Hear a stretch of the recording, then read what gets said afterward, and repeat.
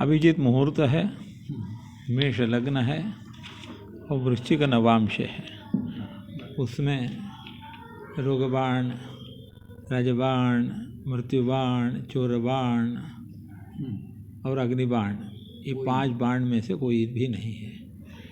इसका ये अच्छा होगा, अच्छे ढंग से वहाँ पूजा पाठ वगैरह होता रहेगा, लोगों को अच्छी प्रेरणा मिलती रहेगी और भारतवर्ष का नाम विश्व में अच्छे ढंग से प्रसिद्ध होगा। धार्मिक अनुष्ठान में क्या कुछ वहाँ महत्वपूर्ण रहेगा उस दिन?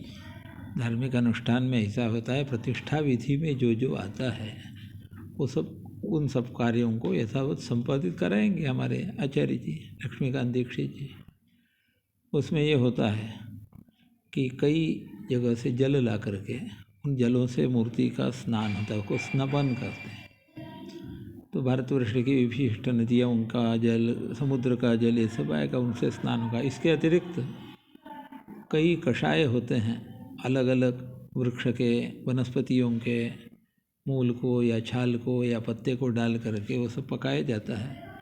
उनका विधिवत स्थापना होती है। उस विधिवत स्थापित कलशों के द्वारा भगवान की मूर्ति का स्नान होगा, पंचामृत से स्नान होगा, पंचगव्य आदि से स्नान होगा। ये स्नपन का एक विधि बहुत बड़ा है।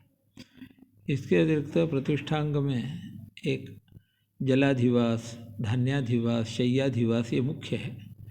और संभोगाद और भी अधिवासन करते हैं। हयशीर्ष पंचरात्र में इसके अतिरिक्त भी कुछ अधिवासन बता है, लेकिन मुख्य रूप से जलाधिवास। जलाधिवास माने मूर्ति को जल में रखना। वो जब संभव नहीं होता है तो मूर्ति पर गीला कपड़ा रख करके उससे होता है, वो जलाधिवास होगा। उसके बाद धान्याधिवास होता है, अन्न पर भगवान रखे जाते हैं, कच्चे चावल वगैरह इन पर। इसके बाद भगवान को सुला दिया जाता है, उसको शय्याधिवास होता है। एक प्रधान अंग है। पुष्प आदि का जो अधिवासन है वो भी अतिरिक्त है, जहाँ जहाँ यथासंभव होगा। नया मंदिर बना है इसलिए वहाँ प्रसाद सहित तो वास्तु शांति होगी। प्रसाद यानी भगवान का मंदिर है, तो उसकी वास्तु शांति होती है। मंदिर निर्माण में जो कोई अपचार होते हैं, जैसे कई प्राणियों पर आघात वगैरह हो जाता है जानते अनजानते, उन सब दोषों का निवारण वास्तु शांति के द्वारा हो जाता है। वास्तु शांति हो गई तो स्थान शुद्ध हो गया, उस हिसाब से वहाँ होगा।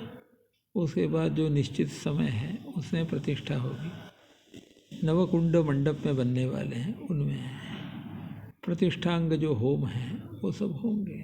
वहाँ जो ब्राह्मण लोग जुटेंगे वो करेंगे। वेद पारायण होगा, रामायण पारायण होगा, अन्नदान वगैरह होगा। गुरु जी, आपने बताया अभिजीत मुहूर्त और मेष लग्न होगा। हाँ। तो एक बड़ा महत्वपूर्ण सवाल ये उठता है कि प्रतिष्ठा, प्राण प्रतिष्ठा रामलला की हो रही है। हाँ।